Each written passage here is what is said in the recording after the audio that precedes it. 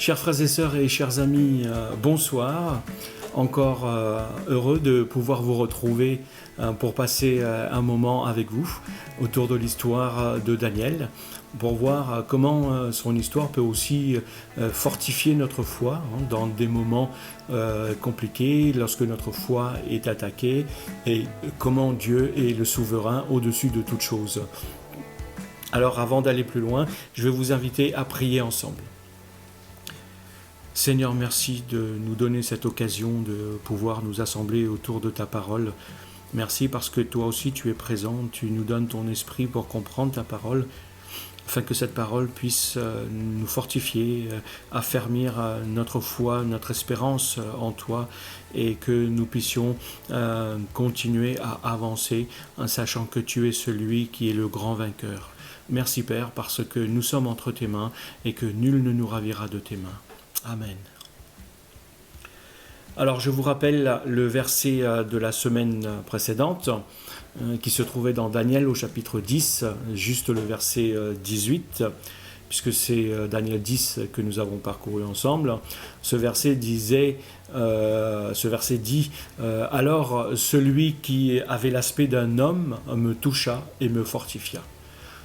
C'est ce que Daniel avait vu, cette description aussi d'un personnage qui est semblable à celui qui est décrit dans Apocalypse, qui est Jésus lui-même. Et c'est le contact, la relation avec Jésus qui nous fortifie. Et aujourd'hui, ce que je vous propose de regarder à travers le chapitre 11 de Daniel, qui est un grand chapitre, c'est de pouvoir nous encourager en comprenant que Dieu reste maître de l'histoire, maître de la situation, et qu'il connaît tout déjà ce qui va se passer, tout même dans l'histoire jusqu'au détail, aussi bien l'histoire présente que l'histoire à venir. Et c'est ce que nous dit la Bible à travers l'histoire de Daniel. Donc nous pouvons faire confiance à ce que Dieu dit et à sa parole que nous appelons la Bible. C'est vrai que de nombreux chrétiens, et puis même ceux qui ne sont pas chrétiens, aiment parler de l'avenir et de ce qui pourrait se passer ou de ce qui se passera à la fin des temps. Pourquoi pensez-vous que de nombreux chrétiens de Jésus aiment parler de la fin des temps et de ce qui pourrait se passer dans l'avenir ? Lorsqu'on les interroge, il y a plusieurs réponses qui viennent. Certains diront que c'est intéressant, c'est excitant. Ceux qui aiment étudier la Bible vous diront Jésus en a parlé, il le dit. Et puis tout simplement parce que les gens aiment connaître l'avenir. Lorsqu'on regarde le nombre de devins ou d'astrologues qui sont consultés, et dans les 3 derniers chapitres de Daniel, il y a eu beaucoup d'histoires de rois. Et ces histoires ont été écrites avant que cela n'arrive. Mais il y a aussi des choses que Daniel a écrites qui arriveront dans le futur. Et c'est ce que nous allons lire tout à l'heure. Donc aujourd'hui, nous allons examiner un peu la réalité de ce que Daniel a écrit en regardant l'histoire, ce que Daniel nous a dit et l'histoire des êtres humains. Puis nous parlerons un peu de la manière dont nous pouvons faire confiance à ce qui se passera dans le futur en nous appuyant sur la manière dont l'histoire s'est déroulée, selon ce que Daniel a dit qu'elle serait. Donc aujourd'hui, notre méditation va se dérouler autour de cette histoire qui continue à se dérouler, parce que l'histoire est importante. Personnellement, je n'aimais pas beaucoup étudier l'histoire quand j'étais plus jeune, mais je savais quand même que c'était important. Alors, Dieu connaît le passé, il connaît le présent, mais il connaît aussi l'avenir. Et c'est ce que l'ange va aider Daniel à comprendre, l'avenir. Donc Daniel va écrire ce que l'ange lui a dit et ce qu'il a compris. D'abord, il faut être au clair sur cette idée que tout ce que Daniel a écrit dans les versets 22 à 35 de ce que nous allons lire. Il s'est passé exactement comme il a écrit. Ces choses se sont passées depuis l'époque, depuis que Daniel l'a écrit, jusqu'à l'époque de Jésus. Donc les personnes qui aiment l'histoire, ou même les collégiens qui ont étudié, ne peuvent que croire Daniel lorsqu'on regarde que vraiment l'histoire nous montre que ces choses sont produites. Et ça, c'est vraiment incroyable. Dieu a envoyé donc un ange pour répondre à la prière de Daniel et lui faire comprendre exactement ce qui allait se passer. Et tout s'est passé comme l'ange l'avait dit. Donc cela fait de Daniel, le chapitre 11, l'un des chapitres les plus importants de la Bible. Et le reste du chapitre parle de choses qui ne sont pas encore produites, qui ne sont pas encore arrivées. Ce sont des événements qui vont se produire dans le futur. Mais nous pouvons être sûrs que ces choses se produiront exactement comme Daniel les a écrites, parce que tout ce qu'il a écrit s'est produit déjà. Donc, que nous montre ce chapitre? Eh bien, d'abord que Dieu est réel, qu'il existe, que Dieu dit la vérité, que Dieu connaît toute l'histoire de l'être humain avant même qu'il se produise et qu'il connaît donc l'avenir. Donc il est quelqu'un de sûr, de fiable, il dit la vérité. Et Dieu a donné ce message à l'ange qu'il a lui-même transmis à Daniel. Mais il est quand même étonnant de constater que même ceux qui ne croient pas en Dieu peuvent, en lisant Daniel, faire le parallèle avec ce que l'histoire nous raconte, parce que ces choses se sont effectivement produites. Donc chaque événement s'est produit exactement, je le répète, comme Daniel l'a écrit. Et il n'est pas possible de tout raconter dans ce que nous allons voir. Mais nous allons voir une partie de ce que nous savons qu'il s'est produite, les choses qui se sont réalisées. Et comme auparavant, ça va être une succession de royaumes terrestres, dans ce que Daniel avait vu dans ses rêves, ses visions différentes. C'est une succession de royaumes terrestres qui est annoncée. Donc 4 rois perses vont précéder l'arrivée du royaume grec. Donc pourtant le nom du dernier empire n'est pas donné. Et Daniel donc va poursuivre son explication en disant que les grandes lignes d'un conflit entre un roi du Nord et celui du Sud va se produire. Ces deux personnages, en fait, ne sont utilisés que dans le but de dénoncer une guerre spirituelle et une guerre aussi de pouvoir et une guerre historique. Les quatre premiers points que nous allons voir rapidement vont contenir des noms des rois et des dynasties que très certainement vous connaissez, que l'histoire nous a laissés et que Daniel a écrit avant qu'ils ne naissent et avant qu'ils ne vivent leur royauté.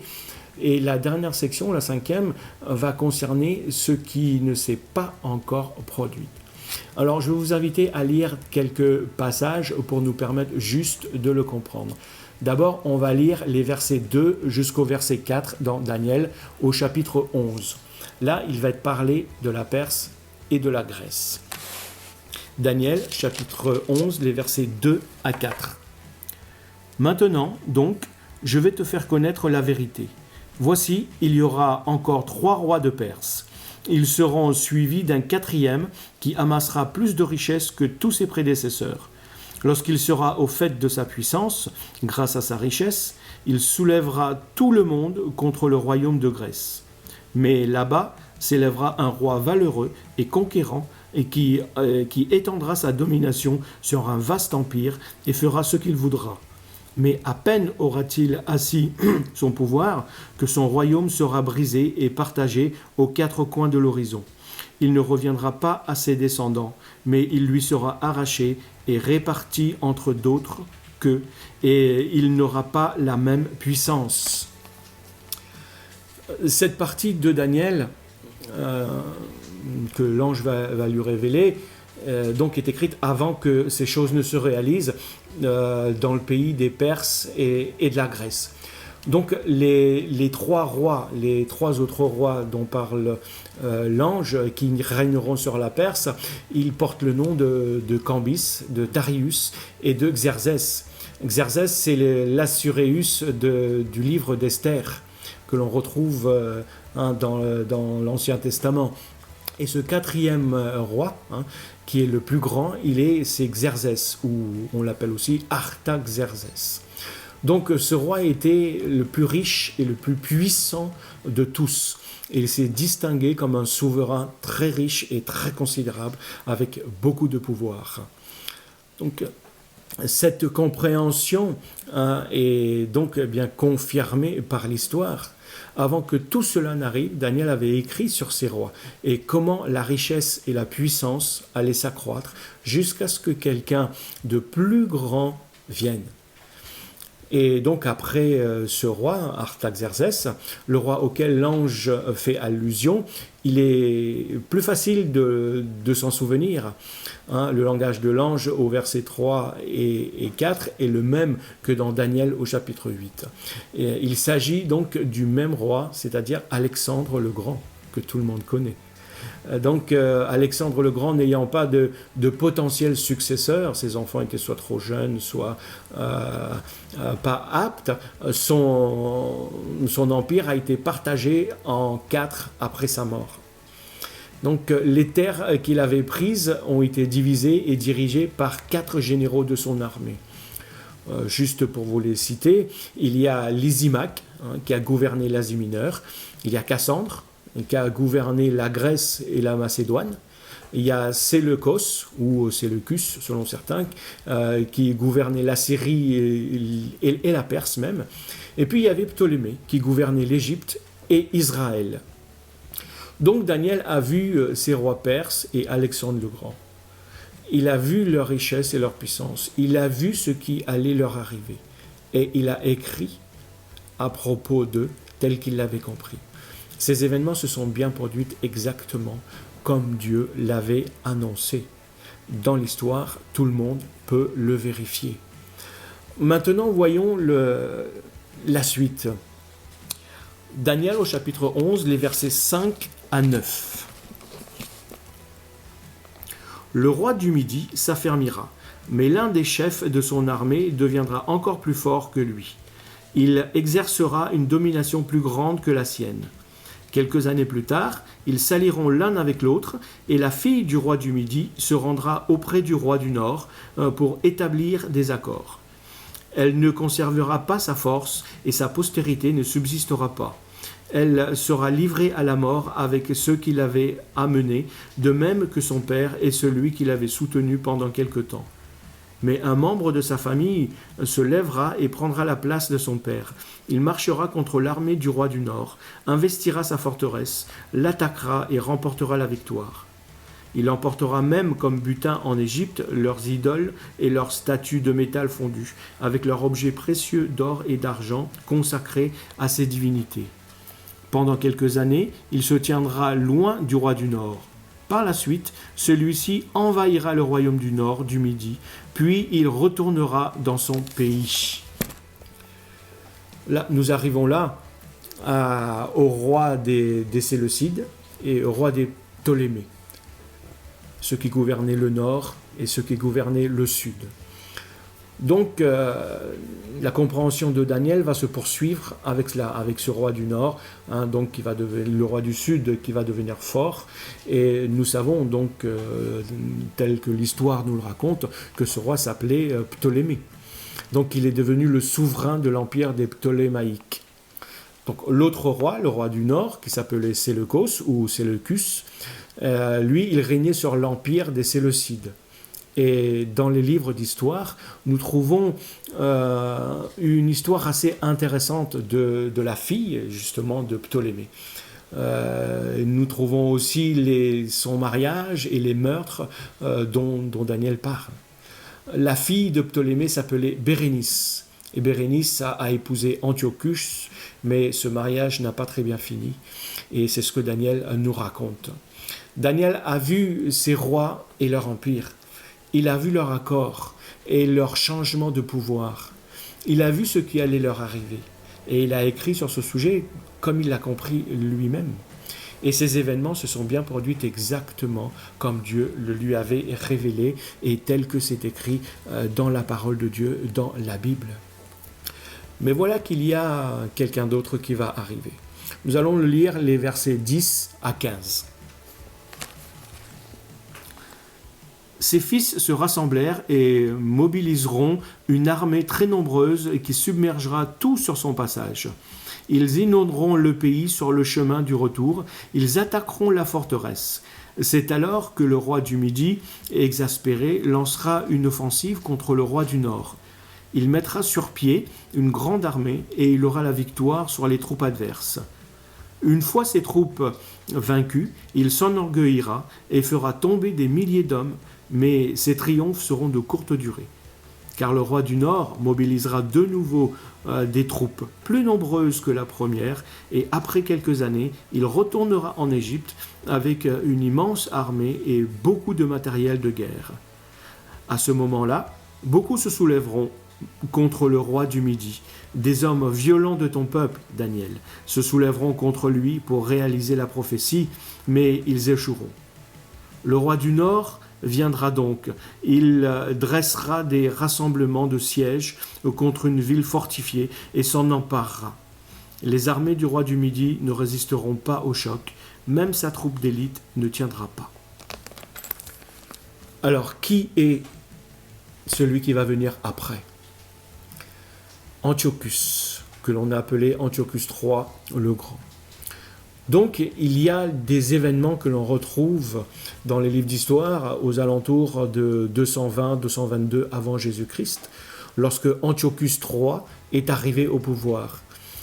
Il a rendu l'empire séleucide encore plus grand que ne l'avait été l'empire perse. Et il a pris donc Israël et une partie de la Grèce sous son contrôle. Il a gagné même la guerre contre Ptolémée, le roi du Nord, donc le roi du Sud. Il était favorable, lui, ce roi, au peuple juif. Et son empire était vraiment vaste et étonnant, glorieux. C'était le plus grand de tous depuis que Daniel a écrit, jusqu'à ce que l'empire romain n'arrive et le chasse et le domine. Donc Daniel, encore une fois, a vu ces rois et toutes leurs batailles. Il a vu leurs terres et leur peuple. Et il a vu ce qui allait leur arriver. Il a écrit tel qu'il l'ange lui avait révélé. Et ces événements se sont effectivement produits exactement comme Dieu l'avait dit. Mais l'histoire ne s'arrête pas là. L'histoire continue. Je vous invite à lire les versets 21 à 27. Un homme méprisable lui succédera sans avoir reçu la dignité royale. Il surviendra un temps de paix et s'emparera de la royauté à force d'intrigues. Les forces adverses qui débordaient comme une inondation seront submergées et brisées par lui. Il tuera aussi un chef du peuple de l'Alliance. En dépit de l'accord conclu avec lui, il agira avec ruse, rompant les liens qui l'unissaient à lui. Il l'attaquera et remportera la victoire avec une poignée d'hommes. En temps de paix, il envahira les plus riches régions de la province et accomplira ce que ses ancêtres n'avaient fait. Il pillera le pays et distinguera et distribuera largement à ses partisans ce qu'il aura pillé, le butin et les richesses dont il se sera emparé. Il fera des plans d'attaque contre les forteresses, mais tout cela ne durera qu'un temps. Rassemblant toutes ses forces et son courage, il lancera une attaque contre le roi du Midi avec une grande armée. Le roi du Midi le combattra avec une armée très puissante et nombreuse, mais il ne parviendra pas à résister à son adversaire à cause des complots dirigés contre lui. Ses familles causeront sa perte, son armée sera écrasée et beaucoup de ses soldats tomberont frappés à mort. Quant aux deux rois, Ils chercheront secrètement à se nuire mutuellement. Ainsi, ils s'assiront à la même table pour se duper l'un l'autre par des mensonges. Mais leurs tractations ne réussiront pas, car la fin doit venir au temps fixé. Alors, qui est ce roi qui va venir méchant, qu'il n'a même pas eu une dignité royale, une filiation royale? Donc, Daniel va écrire encore une fois à propos d'un souverain encore pire que les autres, plus pécheur si l'on peut dire que les autres. Ce souverain voulait être considéré lui-même comme un dieu, et il s'était donné un nom, nous en avons parlé, c'était Épiphane, qui signifie Dieu est apparu, Dieu est venu comme un homme. Il a fait des choses encore beaucoup plus terribles et beaucoup plus atroces et abominables que ceux qui n'avaient fait, même les plus mauvais rois qui étaient avant lui.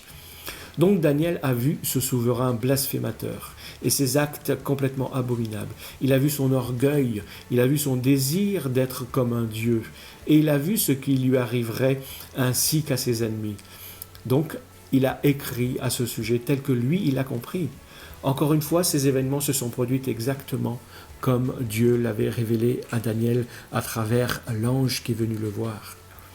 Mais il y a encore quelqu'un qui doit venir. Et ça, je vous invite à le lire. Les versets 36 à 45, toujours dans Daniel, au chapitre 11. Le roi agira à sa guise. Il s'enorgueillira et se croira plus grand que tous les dieux, même plus grand que le Dieu des dieux. Il proférera des blasphèmes inouïs contre lui et il parviendra à ses fins jusqu'à ce que la colère divine soit parvenue à son comble. Alors ce qui est décrété s'accomplira. Il n'aura de considération ni pour des dieux, ni pour ses ancêtres, ni pour la divinité chère aux femmes, ni pour aucun autre dieu, car il se placera au-dessus de tous. Mais il vénérera le Dieu des forteresses en son lieu. Il rendra un culte à des divinités qui n'ont pas connu ses ancêtres, et lui offrira de l'or, de l'argent, des pierres précieuses et d'autres objets de valeur. Il attaquera des forteresses avec l'aide d'un dieu étranger. Il comblera d'honneur ceux qui accepteront ce Dieu. Il leur conférera le pouvoir sur un grand nombre et leur distribuera des terres en récompense. Lorsque l'heure finale aura sonné, le roi du Midi se heurtera contre lui, comme un ouragan. Le roi du Nord fondra sur celui du Midi avec ses chars, sa cavalerie et une flotte considérable. Il pénétrera à l'intérieur des terres et comme une inondation, il les submergera sur son passage. Il envahira aussi le pays magnifique et de nombreux peuples succomberont. Quelques-uns échapperont à ses coups. Les Édomites, les Moabites et l'élite des Ammonites. Il étendra sa domination sur différents pays et l'Égypte elle-même ne lui échappera pas. Il s'emparera des trésors d'or et d'argent et de tous les objets précieux de l'Égypte. Les Libyens et les Éthiopiens le suivront. Mais alarmé par de nouvelles venues de l'Orient et du Nord, il quittera le pays dans une grande colère pour détruire et exterminer un grand nombre. Il dressera des tentes royales entre les mers sur la magnifique montagne sainte. Alors sa fin l'atteindra sans que personne vienne à son secours. Qui est cette personne? C'est l'Antichrist. Donc le rêve et la compréhension de Daniel ne sont pas terminés avec la venue de Jésus. Il y a eu d'autres événements qui ne sont pas encore produits dans l'histoire, mais un jour, tout cela arrivera. Nous ne connaissons pas le nom de l'abominable personne qui doit venir, mais la Bible l'appelle l'Antichrist. L'Antichrist, oui. Comme Antiochus Épiphane, cette personne se considérera comme un dieu et il se considérera lui-même comme Dieu. Et il va profaner des mensonges et des blasphèmes sur le seul vrai Dieu. Il va tuer de nombreuses personnes, tous ceux qui croient en Dieu, ceux qui ont fait alliance avec Dieu. Il va les persécuter.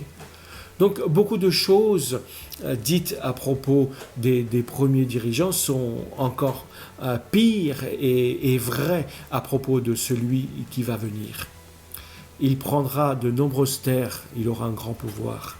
Il sera le chef durant ce que l'on appelle la fin des temps. Il n'est pas Dieu, et il arrivera à sa fin pourtant. Mais Dieu le vaincra. Pourquoi ? Parce que Dieu est toujours au contrôle. Il est souverain. C'est lui qui tient l'histoire dans ses mains. L'histoire se déroule, oui, mais telle que Dieu l'a écrite. Daniel a vu cette abominable personne qui veut être Dieu. Il a vu ce qui lui arrivera et à ceux qui ne le suivent pas non plus. Il a écrit à ce sujet comme il l'a compris et là aussi ces événements se sont produits exactement de façon historique comme Dieu l'avait dit. Alors qu'est-ce qu'il nous faut retenir à travers ce chapitre 11 de Daniel ? Eh bien d'abord parce que Dieu sait tout du début jusqu'à la fin. Donc la première partie du message qui est donné à Daniel par l'intermédiaire de l'ange a eu lieu et est rentré dans l'histoire de l'humanité. Et tous ceux qui connaissent l'histoire donc peuvent voir la véracité et l'authenticité de cette partie de la vision de Daniel. Et lorsque Daniel, lui, a écrit sur ces événements, aucun d'entre eux ne s'était produit encore. Mais aujourd'hui, de nombreuses parties du message de Daniel sont réalisées. Et un jour, tout ce qui reste à réaliser, donc tous les événements du message de Daniel, se réaliseront. Et qu'est-ce qui reste encore à réaliser ? Eh bien, la venue de cette personne. Le message de Daniel donc, a couvert plusieurs milliers d'années de l'histoire de l'humanité. Ce n'est pas une courte période. L'histoire donc montre, même l'histoire de l'humanité, prouve que la parole de Dieu est vraie et authentique et qu'elle peut nous avertir de ce qui va arriver. Et la dernière partie donc, du message de Daniel sur l'Antichrist se réalisera un jour, elle aussi, comme cela est dit dans l'Apocalypse et dans d'autres passages du Nouveau Testament.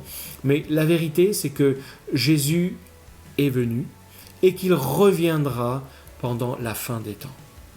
La fin des temps sera un moment terrible, car l'Antichrist apportera beaucoup de détresse, beaucoup de souffrance. Le mal ne va qu'en s'amplifiant dans la vision de Daniel. Et de plus en plus, le dégât est de plus en plus grand. Mais ceux qui sont attachés à Christ, à Dieu, les disciples de Jésus-Christ, les chrétiens, les croyants, ceux-là seront sauvés, ils seront gardés et ils seront délivrés. Donc, les disciples de Jésus doivent être prêts pour son retour. Tout le monde doit entendre parler de la fin des temps, afin de pouvoir être prêt, parce que tout le monde aussi a besoin d'entendre que Jésus est mort pour leurs péchés et que Jésus leur offre le pardon et Jésus veut leur éviter justement cette perdition éternelle. Mais qui va leur dire ? Qui parlera ? Est-ce que vous êtes prêts ? Est-ce que toi, tu es prêt à aller parler ? Est-ce que tu es prêt pour le retour de Jésus ? Est-ce qu'en lui faisant confiance, en étant un disciple, en reconnaissant que Jésus est ton Seigneur et ton Sauveur et que tu le suis ? Nous ne savons pas quand Jésus va revenir, mais nous savons qu'il va revenir parce que la parole de Dieu est vraie et qu'elle le dit. Nous savons que Jésus reviendra un jour. Et puisque nous le savons, nous devrions justement vouloir prier et annoncer, et prier pour notre famille, pour nos proches, pour nos amis, ou pour ceux qui ne connaissent pas Dieu. Nous devrions également prévenir ceux qui ne connaissent pas qu'il y a cette perdition qui arrive et prévoir aussi un moment pour leur parler de notre foi. Si tu n'es pas un disciple de Jésus, alors tu peux choisir de le devenir aujourd'hui même. Alors, comment est-ce que tu peux devenir un disciple de Jésus? En lui demandant pardon pour tes péchés, et en l'acceptant dans ta vie et en marchant continuellement. Mais si tu es disciple, tu dois te poser la question pour savoir comment adapter ton témoignage afin que tout le monde sache de qui tu parles, de Jésus. Alors je vous laisse avec quelques sujets de réflexion pour faire suite à notre méditation. La première question, c'est: est-ce que tous les faits que Daniel a écrits et qui sont devenus historiques et qui sont écrits dans les livres d'histoire, est-ce que ça vous étonne que Dieu soit capable de les prévenir aussi longtemps à l'avance? Et qu'est-ce que cela signifie pour vous? Deuxième question, quel est le message le plus important que la compréhension du message de l'ange par Daniel, que ce qui nous a donné? Qu'est-ce qui est plus important que de connaître ces noms et cette histoire? Troisième question, que savez-vous de la fin des temps? Et qu'est-ce que vous en pensez? Quatrième et dernière question, qui contrôle le passé, votre présent, ton présent et ton avenir? En y pensant, est-ce que cela te donne de l'espérance et de l'espoir? Je vous laisse avec le verset à mémoriser donc, pour aujourd'hui. Il se trouve dans le chapitre 11 de Daniel que nous avons lu, au verset 27, la dernière partie du verset 27, qui dit tout simplement: mais leur tractation à ce mal, à celui qui va faire le mal avec tous ceux qui vont s'allier à lui, mais leurs tractations ne réussiront pas, car la fin doit venir au temps fixé, parce que Dieu a fixé un temps pour toutes choses. Alors je vous invite à terminer par la prière aussi, et que Dieu nous aide à pouvoir porter ce message autour de nous, à ceux qui ne le connaissent pas, et que nous soyons trouvés prêts pour le retour de Jésus. Seigneur, merci pour ta parole qui est la vérité. Elle nous a expliqué comment les choses allaient se dérouler, et depuis que cela a été écrit, bon nombre de choses se sont déroulées telles que cela avait été dit. Donc nous pouvons avoir confiance en ta parole. Nous pouvons avoir confiance parce que tu dis que Jésus nous a sauvés et qu'il revient bientôt nous chercher. Et que nous devons être prêts et continuer à progresser, à avancer avec lui. Mais pour ceux qui ne le connaissent pas, Seigneur, aide-nous à pouvoir leur parler de toi, leur parler de ton amour, leur parler de la perdition éternelle, leur parler du fait qu'ils sont perdus, mais que Jésus veut les sauver, afin qu'ils puissent aussi te connaître et revenir sur ce chemin de la vérité. Merci, remplis chacun de nous, fortifie chacun de nous, et que nous soyons des témoins pour toi, Seigneur. Amen. Que le Seigneur vous bénisse, passez une bonne soirée et à bientôt.